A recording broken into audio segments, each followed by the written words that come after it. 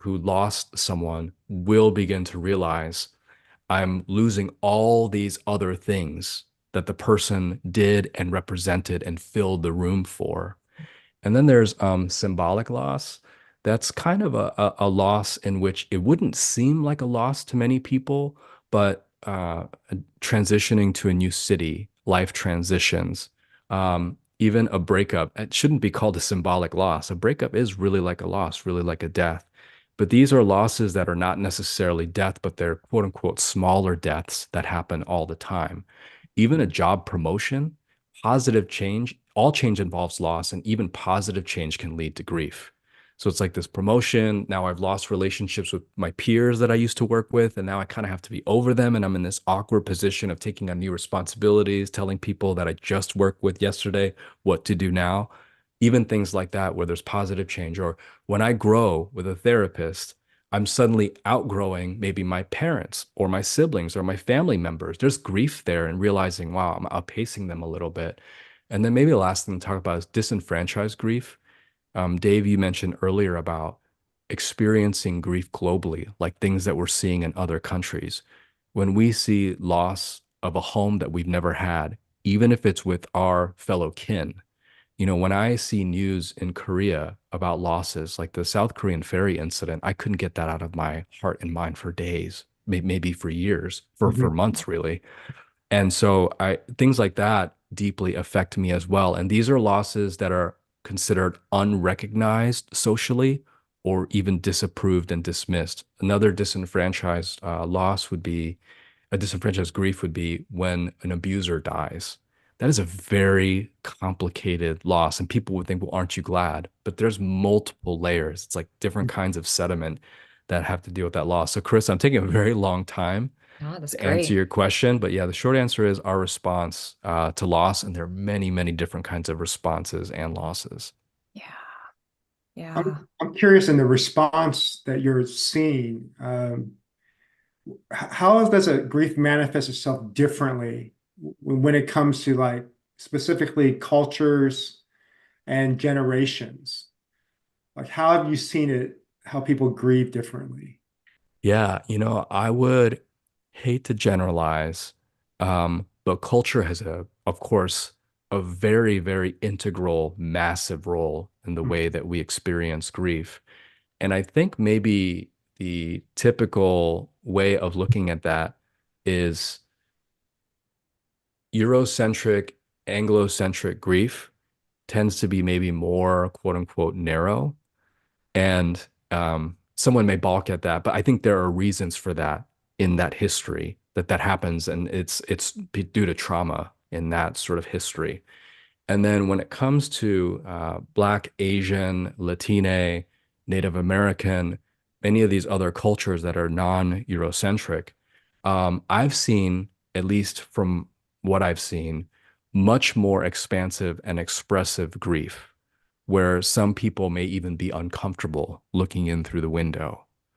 And that is like I've seen, for example, one room, a family, people of color, who, when their loved one died, they sang for probably several hours over their deceased. Hmm. They were just singing all kinds of songs, Mhm. um, singing what sounded like spirituals, singing hymns, singing for hours. And that's not a thing that I may see with a Eurocentric family.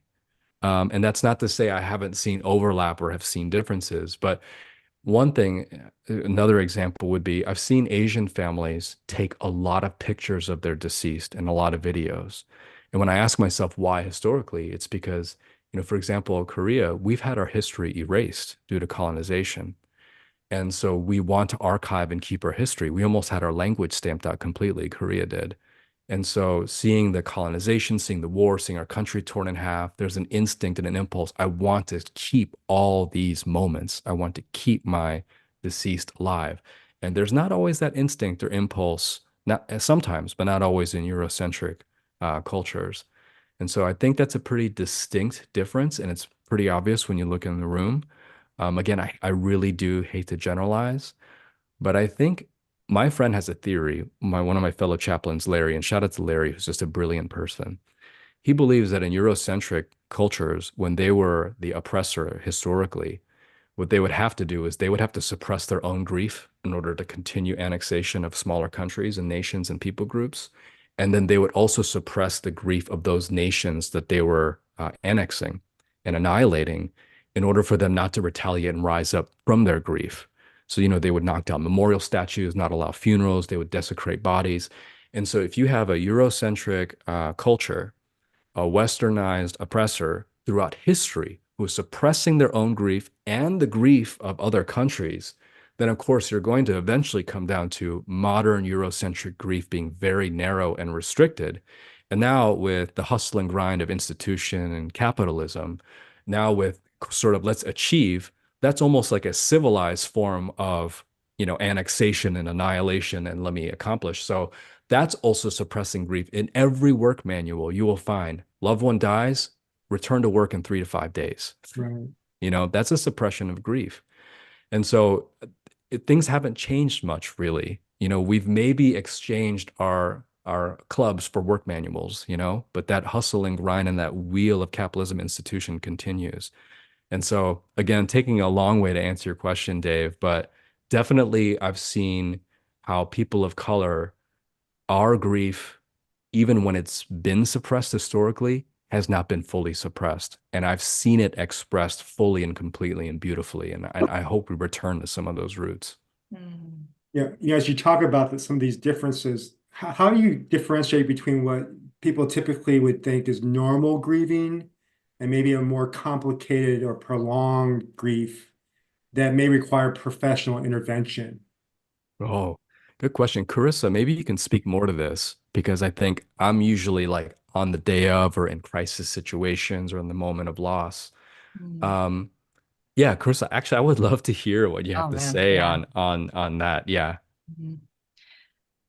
I mean, I don't think I have a clean answer here. I think just echoing, there's so much that is contextualized.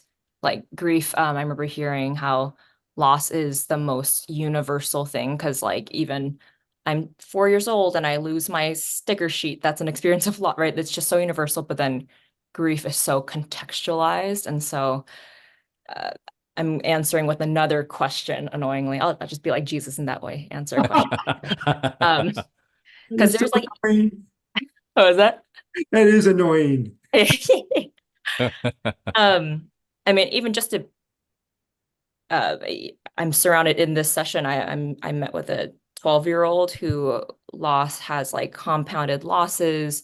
And right now she's really dissociated, right? And because there's a loss of her father, but then all these secondary losses, there's losses coming in right now that are triggering those. I'm entering into a session where a husband is dealing with his wife, dealing with a mystery illness that's eating away at her brain little by little, and he's losing it so it's one of those things where it's like, man, it's hard to categorize grief. And um, Mm, I guess the question that I'm annoyingly putting back to you, JS, because I'm curious, is because even like stages of grief, right? There's like 5 stages and I think particularly in Western psychology, we probably love that because it gives us something tangible to look at. And there's probably a lot of containment and help of that, but there's also ways that sometimes even having that mindset, what stage are you in? Are you progressing? Is it linear? Can be unhelpful. Um, and so I'll think more about the question you asked, but I'm just curious for you, JS, just to add on to that. What are those stages of grief that we could introduce to the audience, as well as like what are some ways that those stages of grief are helpful and unhelpful? Yeah, yeah. And sorry, Carissa, to put you on the spot No, because not at all. It's a great I question. gave you over the question and I should ask your permission. Is it okay if you No, answer it's first? So great. sorry. No, No, yeah. and I want to chew on that question more too, because I don't want to take away from Dave's original, but Yeah. What is normal, right? Like you were saying, because when you're faced with that sort of severe extremity of suffering, like what is a normal response? And I know we have now at this point, is it the second iteration of the DSM-5, the psychology Bible basically, that has I think 2 years ago introduced the prolonged grief disorder, which is if someone is completely incapacitated, unable to perform basically, ADL activities of daily living for a year, then they have prolonged grief disorder. And for a minor, it's 6 months, so it's less. And I'm thinking, I get that there's the intent of wanting to offer a timeline for intervention and when is it necessary to jump in with some sort of, medicine or some sort of community help. But to put it at, oh, at day 366, you have a disorder. And Hmm. if you're a child, that's half that time. So, Yeah. where the clock is running. Yeah. To me, always is a little strange. And so, like you're saying, Carissa, I don't know if I have a clean answer for that either. That's exactly right because there are things that I've seen, people say suffering comes in threes or tragedy comes in threes. And I'm like, that's not true either. Mhm. Tragedy can just keep unfolding. And at some point, it's like, can you really tell a person, like, hey, you're not thriving in your grief? Hey, you're not, making it through the stages. Elizabeth Kubler-Ross's Stages of Grief, she originally wrote that for those who are suffering their own terminal illness. She didn't mean to prescribe that, quote unquote, for anyone comforting or anyone grieving themselves or grieving another loss. And so even I read her very last book that she wrote before she passed away.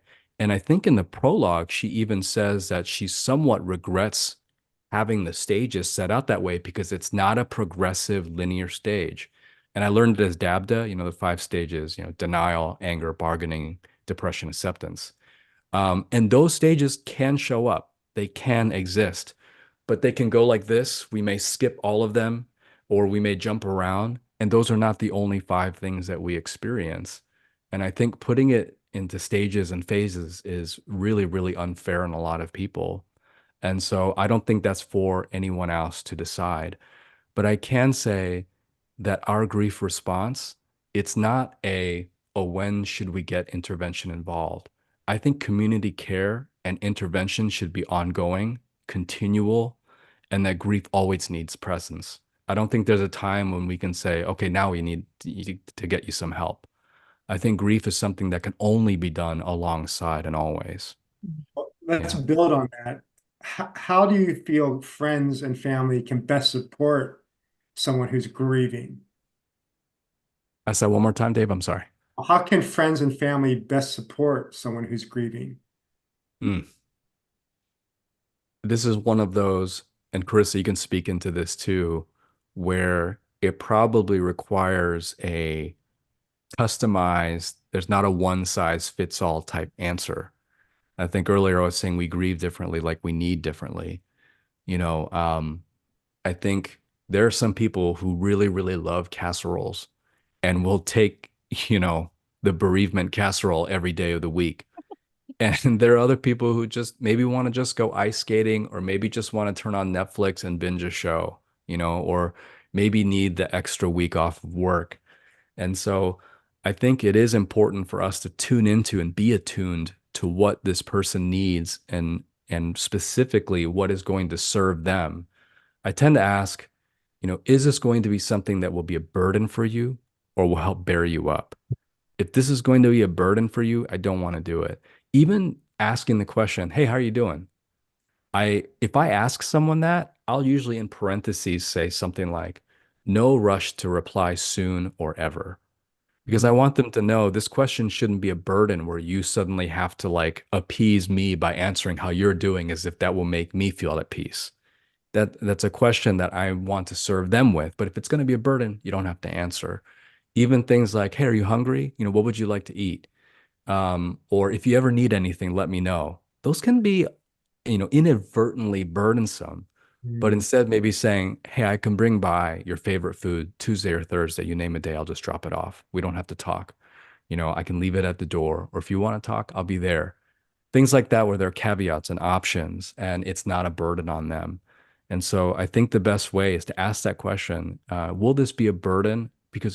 Or will this bear them up? Because we know the people that we love, or we can ask, but even beyond asking, let's try our best to delicately navigate what will be most helpful for this person to help bear them up in that situation. Yeah. Yeah, and I think just to add to that, I'm thinking of there's this liturgy book, Every Moment Holy, where there's a Yeah. liturgy of mourning with those who mourn. And I remember jotting down a few quotes from that of how, as we're mourning with those who mourn, it's a costly fellowship, right? It's costly to be this presence in a wounded space to share the sorrow with someone, right? Of you know, coming in, like leaving, like being aware of the, like you said, JS, the psychological reactivity. Why is it that I want to do away with this person's uncontainment right now? What am I uncomfortable with? And how can I intentionally enter in this costly fellowship of bearing a burden with someone? And that in itself, just to hold it with them. I think so many people who go through grief, especially like, that um very overwhelming primary loss, it's like having someone hold this with me. It didn't make it go away, but it lightened the load for that moment. I wasn't alone. And I remember hearing like, grief is the remedy for loss, and that comfort found in relationships, right, is something that we need in our grief as well. Um, I love what someone just said, just meet people where they're at. It's not coming in with, I have this outcome that I'm going to bring in here. I'm going to make this person feel better. I'm going to feel like the rescuer. It's like attunement. Where are you at? Let me kind of have that flow spirit to meet you where you're at and hold this with you in that costly fellowship. Um, Going back to the, even that question related to like, how do we know when to refer out, for example, it's like, there's no normal. I don't, sometimes, even though the DSM can be helpful, man, sometimes that medical model language can be unhelpful. But I think as a therapist, as much as we need the community care, right? Like the church care, right? Like non-therapy related care. I think therapy, I guess my 2 cents is like, can be to help someone respond to their grief instead of just reacting to their grief. And sometimes we need space to react and have safety to just react as long as we need. But I think in general, whether it's normal grief or complicated, it's like, okay, therapy could be a set apart space where there is training and focus and boundaries related to how can I respond to this grief? How can I move through this grief? Not get rid of it, not necessarily solve it, but move through it. Um, in a different way, right? And maybe ways that community, friendships, maybe they can offer support there. But I think therapy could be a place where there's like, okay, how can I have someone help me respond to this? Right. Yeah, Um, and I think your role is so important, and pastors, clergy as well, especially in community, because in the book I call it a mid-road companion or a mid-road connection, because sometimes our family is the hardest people to see, especially if we've all had shared memories and shared life. And so seeing a therapist where there isn't this anchored familiar history, you know, um, and there's no judgment, yeah. and there's also no shared grief there where there can be pain in memories being brought up. And then also this person being sort of an intimate stranger. Mm. Like you trust that they're a therapist, you trust that they're a pastor, so you can share just enough with them without fearing of being judged. You can open yourselves up to them. I feel that that sort of liminal community is incredibly important. I think maybe you were alluding to that a little bit about having that community there. But yeah, referring to our pastors, and not every pastor we know, Dave, is up to the task of caring for those grieving, Mm, or up to the task of, dealing with mental health. mhm, Um, but, for you, and for also for you, Carissa, those of us who we can trust, there is something really important in those kind of liminal community members. And often as a chaplain, when I sit in the room, you know, Carissa, you're talking about bearing that burden together. You know, I don't know this family. It may be the first day that I've met them or my patient, but somehow, I've called myself before a grief catcher, which is a very maybe poetic term. mm, But, on one hand, I mean, I'm physically sometimes catching people as they fall over. But on the other hand, I'm catching that person's grief, my patient or their family.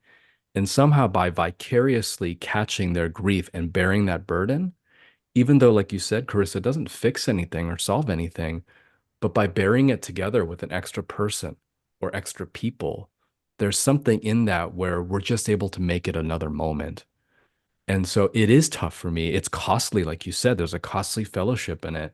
Me being in that room, me going room to room, death to death, emergency to emergency. But as I'm catching grief, as I'm vicariously experiencing it with them, there's almost something like where they feel like they're in it with me. They're experiencing what I'm experiencing, and I now have a witness. I now have someone alongside.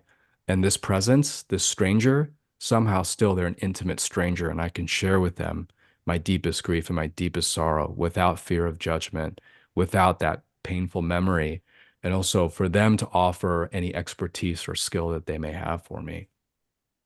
I'm really curious, like as you're talking about this from your perspective in serving people with grief.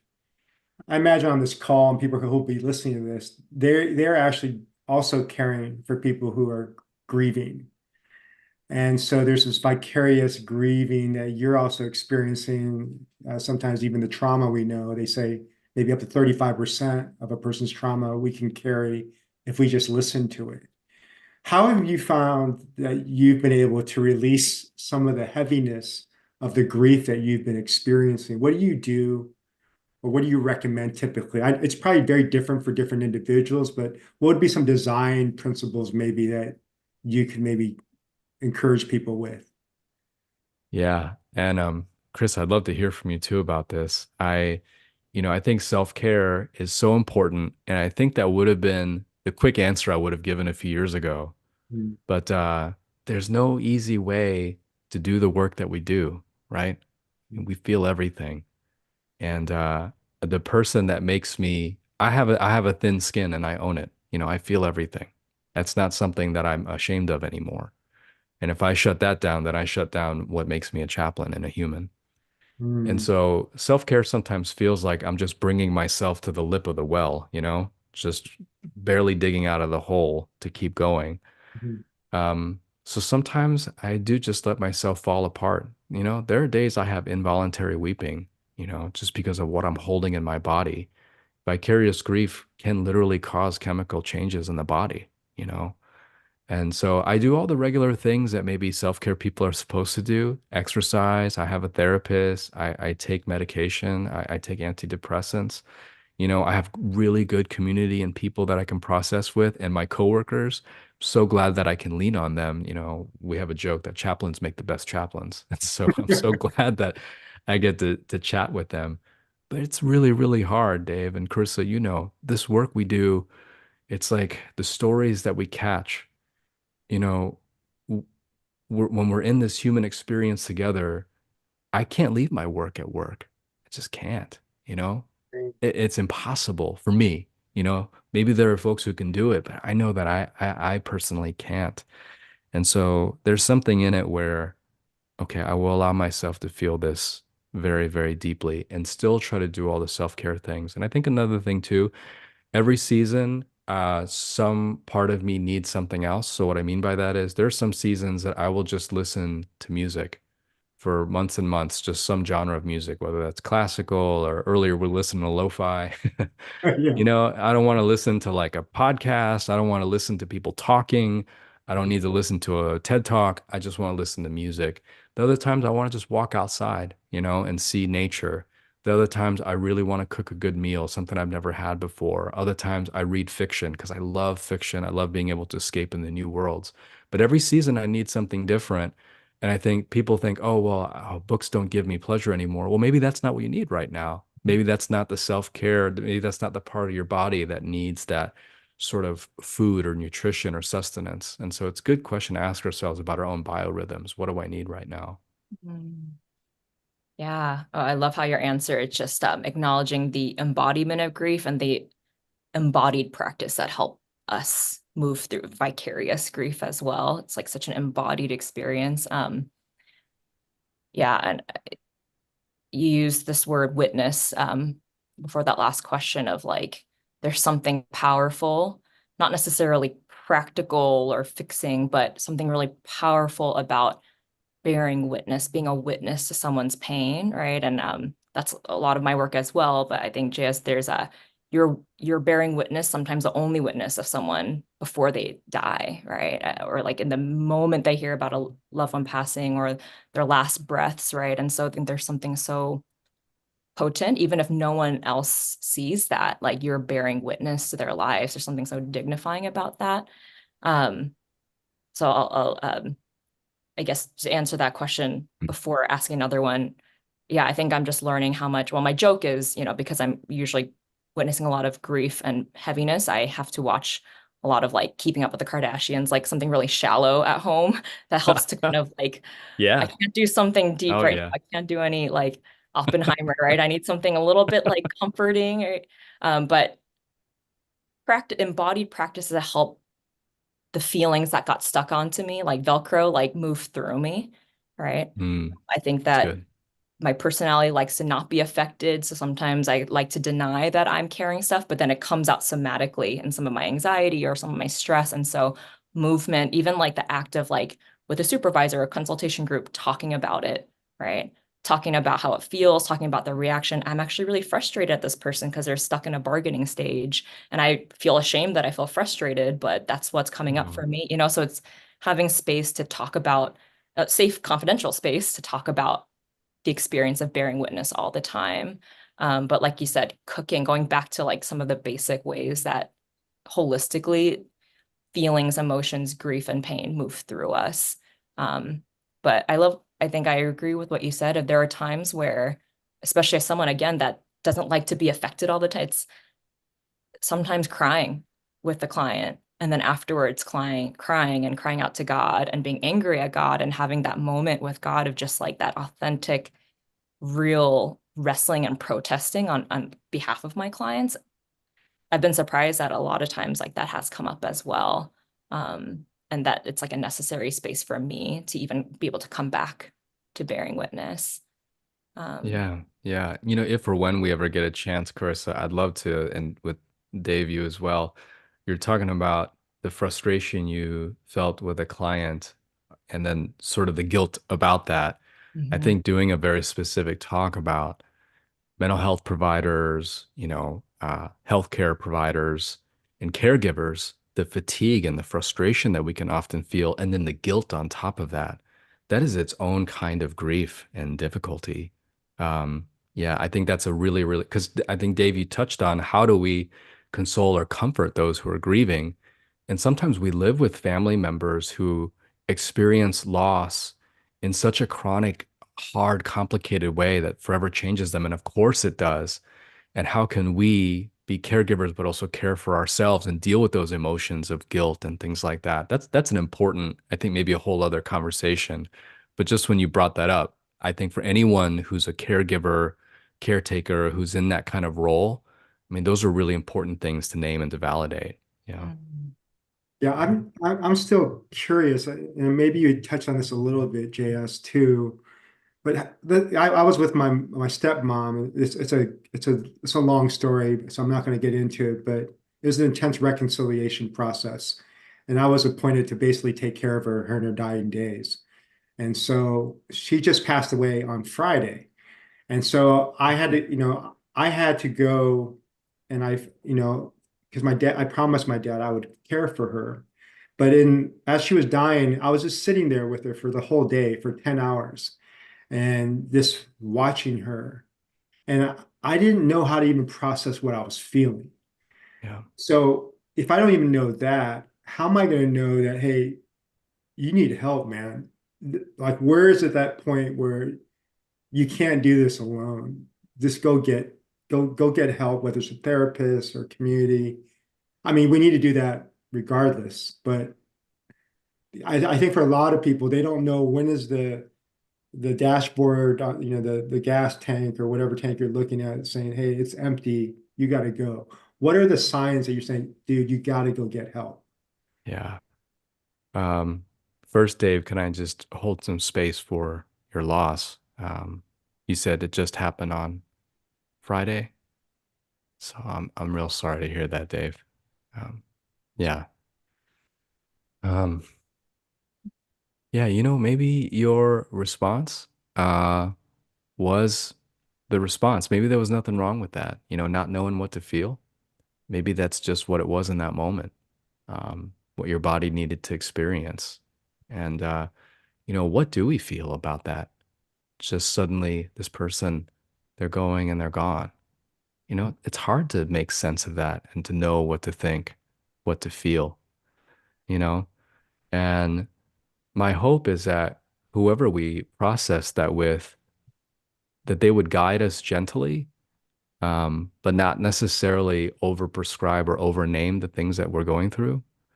Because, there may be somebody who hears you saying, "Oh, I didn't know what to think or feel." Okay, well, Dave, let's get you into DABDA. Here are the 5 stages of grief. Or have you seen Christian grief coaching before, Dave? Where it's like, guaranteed your money back. You can cut your grief in half or something like that. Wow. Actually, yeah. Wow. Yeah, control your thought life. And there's all this stuff on that website.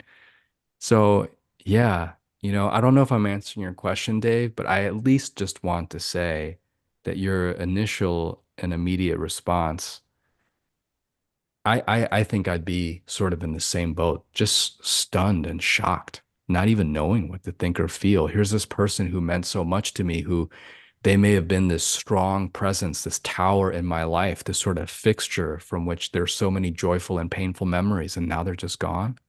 How do I even make sense of something like that? Yeah, Yeah, it's inexplicable. it is. Mm. Well, before we close, I think we only have like 10 minutes. I can't believe it's gone by so fast. But you've written a book called As Long as You Need Permission to Grieve, and it's coming out in April. And we're super excited about that. I have it on pre-ordered already. I've ordered it in February, JS. But Yeah. I know in an honest, unrushed way, you deal with grief, and you describe in the book, from what I understand, 4 types of grieving: spiritual, mental, physical, and relational. Can you expand on that a little bit without, giving the whole book away, so you can kind of set us up for what we're going to be reading? Yeah. So it was spiritual, mental, physical, relational. T- t- Can I be real honest with you, Dave? I think I needed to organize the book in the chapters. Okay. And so it's a little bit of a stretch, those kind of labels that I put on it, but Okay. maybe for the reader to sort I of get guide it. them through a map, with Totally get it. literary stuff. Sure. But yeah, but I think having said that, there are different kinds of losses that we don't necessarily touch on or talk about or validate. And that's what I'm hoping to do in the book. Like the first chapter is loss of dreams, loss of the future. There's not even a phrase for "I'm sorry for your future loss." You know, um, when people made plans in 2019, we didn't know what was going to happen in 2020. And all those plans, it was like an abyss opened up, you know, and they just all fell in. And so all the plans that we make, whether it's loss by death or a loss of just opportunity or chances, um, that's a real loss, you know. Um, and each chapter really covers like a different dimension of a loss that may not be well described. And the very last chapter is loss of a loved one, and I talk about kind of the myths around that. But Carissa, earlier you were talking about, maybe you used the word, was it loneliness or not having community or people feeling like they're alone? I'm not sure if Mm. maybe you said something like that. But yeah, one of the chapters is about that, about loneliness. And the DSM-5, I don't think has an official diagnosis or term for loneliness. And so that's one of those epidemics where there's a lot of grief. That is, I believe, a huge epidemic. But yeah, the book is divided into almost like a holistic, like there are many, many dimensions to loss that I think we can talk about: loss of faith, loss of mental health, loss of autonomy, like losing our ability and capacity, loss of community, which is part of loneliness. And then there's one chapter about loss of humanity, which is the cost of bigotry. Um, yeah, so I cover misogyny and racism and homophobia, and so each chapter covers a different dimension of loss. And I think I did it that way because loss is multidimensional. We experience it daily around the clock. And I think the more we can validate it and talk about it, the more we can move through and navigate that this is a part of our lives. And how do I approach this? And how do I comfort my friend and be there for them through it? Mm. Yeah, and if I could jump in there, because you're kind of answering this, and I love how you kind of even modeled this with Dave as he's sharing his loss of this aspect of permission.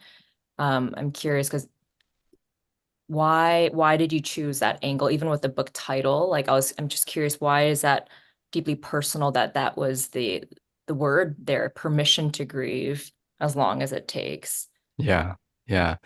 The title, As Long as You Need, is a phrase that I found myself using a lot when a patient dies, family will often ask, how long am I allowed to stay in this room? And there is actually a common misconception that a person's body will go into rigor mortis pretty quickly. But technically, we can keep the room open for quite a long time, even the rest of the day, for hours and hours. And no nurse, no physician is in a rush to get the deceased out. Certainly, there are global and local emergencies that happen, but barring that, the general policy is we're not in a rush to put your loved one in the safe place, which is the morgue. We're not in a rush to move them. We're not in a rush to kick you out. Some of them have been staying there for maybe weeks. There's that person's stuff there. There's a whole cleanup that has to happen. There's flowers and pictures, and they made that room almost their home. And so when they ask me, how long can I stay in here? I always say, as long as you need. There's no rush on this. You can take as much time as you want. Is there other family coming? I can meet them at the main entrance. I can bring them here next to you. And so that phrase, as it describes a technical situation, but at the same time, it's also about our grief. Can we really put a timeline around it? Can we put a box or restriction around it? And no, really, it's as long as it takes, as long as you need. Mm. There's a couple of things as we close that people are asking or are sharing, JS. And I'm not sure. The first one's by Teresa Hernandez. And she comments on something that's happened in her home where she said her father passed away recently, and we're sorry about that, Teresa. And and she says it happened in January. My mother decided not to return home for now. Since then she hasn't come home. Will she ever be able to come back home? Where my mother lives currently, it's full of people, my aunts, uncles, and cousins.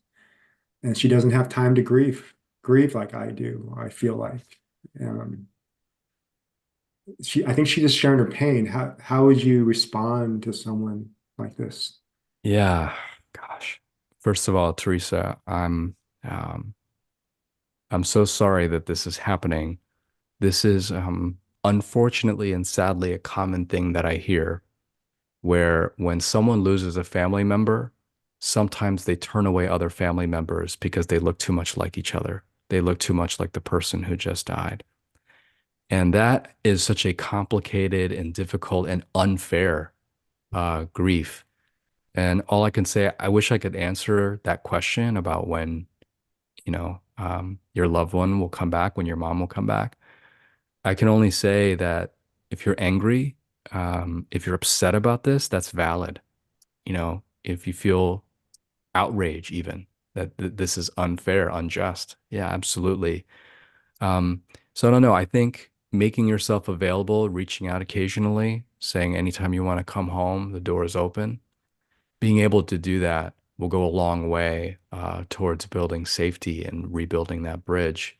And I don't want to give a happily ever after to that. It may take a long, long time. Someone else kind of asked about anticipatory grief, right? Tips for the journey, especially in light of not knowing a timeline on a loved one's decline, how much time they have left. Right? This person talks about my second mom, friend's mom, who has been in my life so closely since preschool, was diagnosed with stage 4 pancreatic cancer. And the journey has been hard, especially as my brain just desperately wants a timeline to prepare myself. Yeah, so could you speak on just this idea, probably not uncommon, anticipatory grief and how we tend to react to that? Yeah, when we can see a loss coming, an impending loss due to illness or injury, um, we do experience something that's called anticipatory grief, and that it is wrapped up with so many different feelings, fear, panic, even anger, um, just a pervading sense of sadness, knowing that this person will be gone. And I've been asked sometimes, what's harder, sudden loss or that slow, kind of long, lingering loss? Both are very, very difficult. Both are very, very hard. Um, And really, the most I can say is it sounds like in this situation, you are the friend of or family of this person um, who's going to die. I think, first of all, I need to say that anticipatory grief is a very, very real grief. Some people may tell you, well, enjoy the time that you have, or at least that they're still here. No, that thought of just losing them, it's going to make you heartsick. It's going to make you feel, of course, just an overwhelming amount of sadness. And so I validate that. I validate you in feeling that. And I think in all the ways that you need to prepare that, just as you would prepare memorializing or honoring that person's life after their death, you can kind of do some of those things now with their family and for yourself.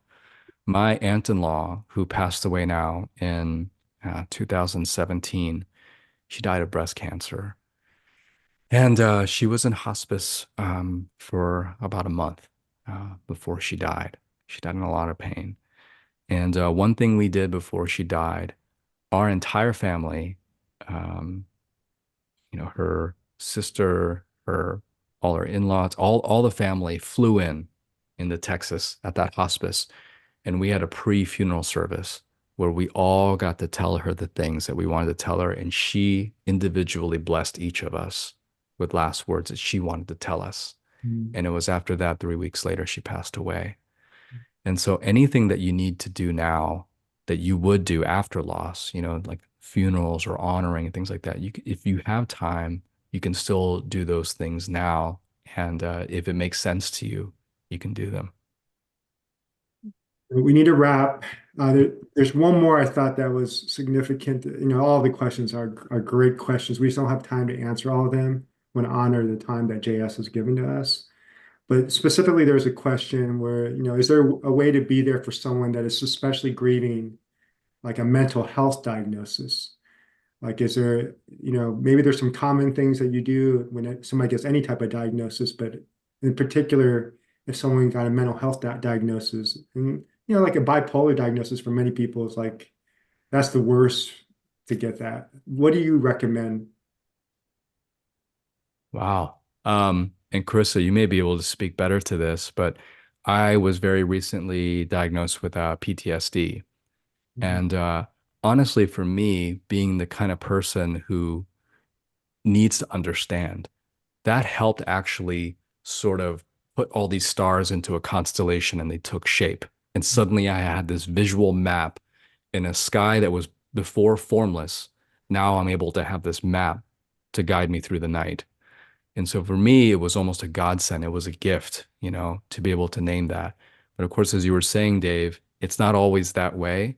There are also a lot of feelings about that. I felt deep anger because that trauma didn't come from nowhere. It came from, an abusive household. It came from racism. It came from a lot of different elements that should have never existed. And so I think dealing with that, I would say at least two things. I would say one, it really did help me, but if whatever you're going to feel, whether that's anger, validate that. And two, I'd say find your people. It is now, thankfully, thanks to the virtual community, maybe slightly easier to find those communities and sub communities and specific niche communities where we can find our people who will not judge us. And some of those subcultures can be pretty tough. Some of the, sometimes they're gate kept and, sometimes fandoms are not the best. But I have now found, like you, Dave, you and I are able to connect this way. And Carissa, you and I are able to connect. We've been able to find our people. And Mhm. so this is a time now where if we do get a diagnosis like that, it may have been debilitating even just 10, 20 years ago. And of course, will still be really, really tough. But I would say intentionality and finding community is so critical and key. Larissa, do you have any final thoughts or comments as we wrap up our time together? Um, yeah, just quickly add on to that. It's not just a therapist speak. You could ask this anyone, how do you feel about that? Hey, like I just got diagnosed with major depression, right? It could be very genuine, just be like, oh, how's that feel for you? Because like for JS, it's like, it was nice to have language to organize my experience and how I'm coping with it. For some people, it's like it brings so much shame. So I think that's what I would add there. And there's just so many other beautiful questions that we don't have time for. But I guess one question for you, JS, is there a best way if people just even have a question to ask or want to connect with you, like a best way that people can shoot you a question or contact you? That we could Yeah, do it. because I see a lot of questions in the chat and I would love to answer all of these. I check all my direct messages on Instagram. And I probably shouldn't, but I try my best. And even if it's an emoji, I almost always respond. And I don't want to be a counselor or therapist online, and certainly I don't have that capacity. But for those who you've attended, if you want to direct message me, I will do my best to converse with you, chat with you, give you an answer as capacity allows. I would love to chat with you. So I'm on Instagram. And what I can also do is I will type in my personal email. The only thing that I ask is maybe not to, put it on social media or anything. But if you want to personally email me, please feel free to do so. I just put it in the chat for everyone. Hmm. And then there's a website you can go to called aslongasyouneedbook.com. And you can order his book, and I highly recommend that. You know, pass it out to your friends, get some for yourself. I would connect with JS now because as this book launches, he's going to grow in popularity. It's going to be harder to connect with him. So this is the opportune moment. You guys, all right? Catch them while you can. Yeah. Yeah. No, Thanks, but Dave. yeah, we And love. by the way, I think my email may not be, it may just be showing up for hosts and panelists. Yeah. So if there's a way to send it to everyone, let's see. Maybe give it to Will, who's kind of moderating this, and maybe he could. Yeah, yeah. I'll go ahead and direct message that and we just throw it in the chat. And again, I'm also available direct message through Instagram as well. Yeah, you need to follow his Instagram. What's your Instagram designation? Oh, it's JS Park 3000. Okay, Yeah. we won't ask you what 3000 is about. It's from Futurama, one of my favorite Oh, shows, okay, which takes place in the year 3000. It's yeah, there I you guess go. a nerd reference. Yeah. It's interesting. Oh, man. Yes, we're grateful for you, and also Clarissa, thank you for your input and your insight in hosting. You guys are a gift. Both of you are a gift, and we're excited that you're leading us in how to process our grief and our emotion. And it's good to see also a Korean American man, going for it and not being afraid to deal with some of the things that our culture is really afraid to address. So. Thank you so much, JS. We honor and we love you, man. We're behind you. Yeah. Chris, Thank you, Chris and Dave. Thank you both so much for Thank this you time, for so this much. space. okay, man. Take care.